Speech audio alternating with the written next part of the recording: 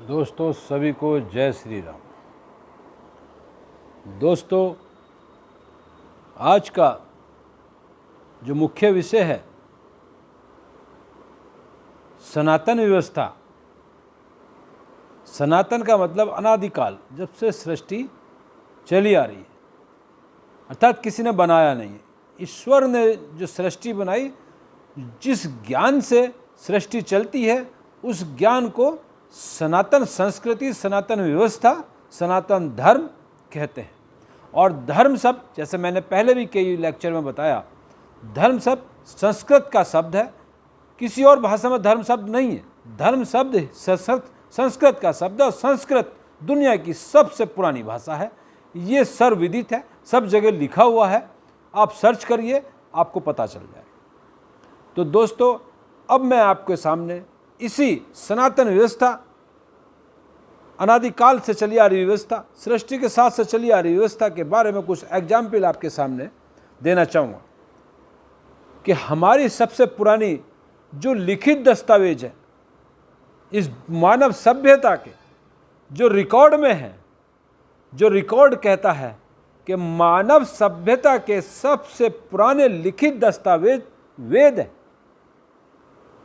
वेद मानव सभ्यता के जो दस्तावेज हैं, लिखित दस्तावेज, वो सबसे पुराने हैं।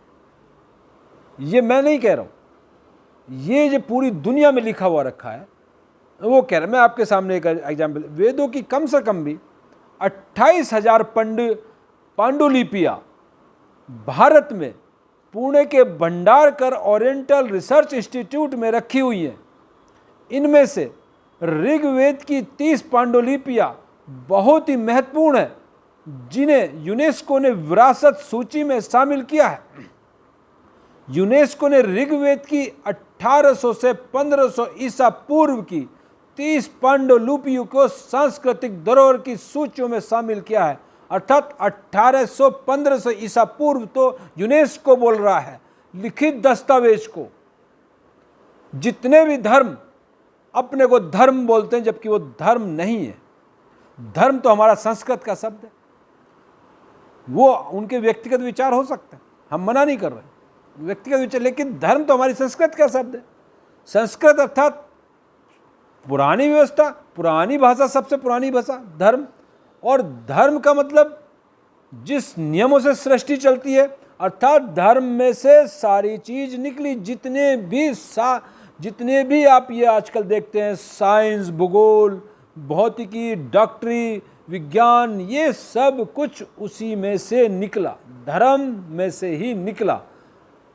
तो सारे धर्म, जितने भी आज लोग रिलीजन या मजहब जो भी कहते हैं, उन्होंने कुछ रिसर्च किया होगा और उस रिसर्च को अपने राज करने की व्यवस्था बनाई और उस राज करने की व्यवस्था को इतना जकड़ के रखा कि सही बातों का पता ना चल जाए।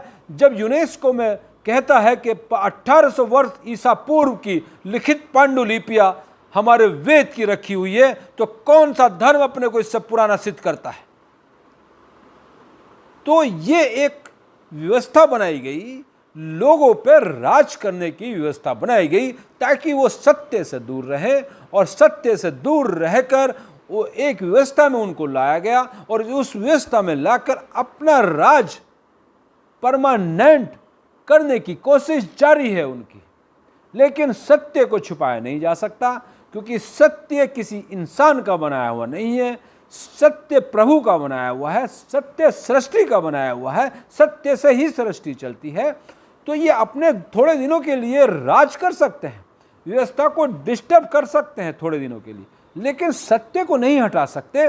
और यही लोग इतिहास से छेड़छाड़ करते हैं ताकि इनका झूठ चलता रहे और इतिहास को बदलकर, इतिहास को लिखित में बदलकर, वैसे इतिहास नहीं बदल सकते ये, क्योंकि सत्य को हरा नहीं सकता। तो सत्य को लिखित में बदलकर और बचपन से लेकर लास्ट तक उस व्यवस्था में उसको लाकर वही पढ़ाते रहते हैं और उस व्यवस्था से निकलने नहीं देते। तो ऐसी इन्होंने व्यवस्था बनाई हुई ताकि उनको सत्य का पता ना चल जाए, जबकि जो पुराना ज्ञान है वो सभी सत्य है, वो सभी को मानना चाहिए, वो सभी की व्यवस्था एक है। कोई विचार अपने रखता है, वो विचार उसको समझिए, सुनिए, लेकिन उस विचार को वहीं तक ना मान के आप लास्ट तक चाहिए। जब से अनादिकाल से सृष्टि चली आ रही है, अनादिकाल से कौन सी व्यवस्था चली आ रही है, उस व्यवस्था पर जाइए, उस विचार को भी सुनिए। हम मना नहीं कर रहे कि किसी के विचार नहीं सुनने चाहिए, विचार सुनिए उसके, लेकिन आप उस व्यवस्था में, उस विचार में फंस कर मत रह जाइए, क्योंकि आप इंडिपेंडेंट, प्रभु ने आपको दिमाग दिया है सोचने के लिए, इतना दिमाग दिया है कि आप पूरे ब्रह्मांड के बारे में सोचिए, इंडिपेंडेंट रहिए, किसी एक विचार में फंस कर मत रहिए, सत्य की जड़ तक जाइए। कोई भी विचार आता है उसकी जड़ तक जाइए, रिसर्च करिए, आप संतुष्ट मत होइए एक ही जगह, क्योंकि इंसान का दिमाग एक जगह संतुष्ट नहीं होता। वो जब तक प्रभु की रिसर्च पूरी नहीं कर लेता तब तक रिसर्च वो संतुष्ट हो ही नहीं सकता। और हिंसा और जो लोग अत्याचार करते हैं वो इसी व्यवस्था पर है, इसीलिए करते हैं ताकि उनका जो असत्य पता ना चल जाए और हम हिंसा करके अपना राज कायम करते रहें। और वो बार बार उनको हिंसा इसी वजह से करनी पड़ती है कि उनका झूठ का पर्दाफाश ना हो जाए। तो दोस्तों, सत्य के लिए हिंसा की जरूरत नहीं होती, सत्य को तो बोलना ही काफी होता है। सत्य तो बोलकर ही पूरी झूठ की जड़ को उखाड़ देता है। तो सत्य पर आइए, सत्य पर रिसर्च करिए, विचार सबके सुनिए। जो बाद में अपने आप को कहते हैं ये हमारा धर्म है, हम मना नहीं कर रहे, उनको सुनिए, लेकिन धर्म संस्कृत शब्द का सबसे पुरानी भाषा का शब्द है, उस पर भी रिसर्च करिए। आइए और उस जड़ पर जाकर रिसर्च करिए, तब आपको पता चलेगा कि सनातन संस्कृति क्या है। सनातन संस्कृति पर आइए, सभी सनातन संस्कृति से निकले हैं, वेदों से निकले हैं।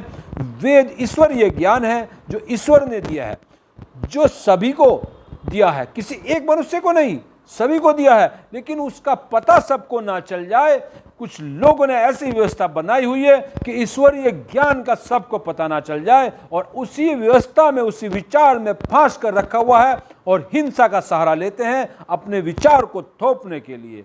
तो दोस्तों, ये ज़्यादा बड़ा मेरा लेक्चर ना देते हुए मैं यही कहता हूं कि विचार सबको सुनिए, लेकिन सनातन संस्कृति को भी रिसर्च करिए कि सनातन संस्कृति कब से चली आ रही है, कौन सी व्यवस्था है। हम इसको नहीं कहते किसी एक इंसान ने बनाई है, क्योंकि ये पूरा ब्रह्मांड, पूरी सृष्टि, कोई भी इंसान अपने आप बनाने का दावा नहीं करता। जो करते हैं वो प्रभु दावा करते हैं, और प्रभु जैसे ही वो कर्म करते हैं। अगर कोई करता है मनुष्य, हमारे राम कृष्ण ने भगवान के लिए की तरह से पेश किया है, लेकिन कर्मों पर आधारित विधि की व्यवस्था को उन्होंने नहीं बदला, क्योंकि सृष्टि एक नियम से चलती है, उस नियम को सबको मानना होता है। किसी एक इंसान के विचार से सृष्टि नहीं चलती। प्रभु आपको, आपके हर समय साथ होते हैं, लेकिन एक विचार जो आता है वो आपको सुनने नहीं देता। उस विचार से बाहर निकलिए और जड़ पर आइए, सनातन संस्कृति पर आइए। ये पूरी दुनिया का रिकॉर्ड बोल रहा है कि पूरी दुनिया में क्या रखा हुआ है, उसको समझिए और अपने पूर्वजों को पहचानिए, कितने महान पूर्वज थे। धन्यवाद। जय श्री राम।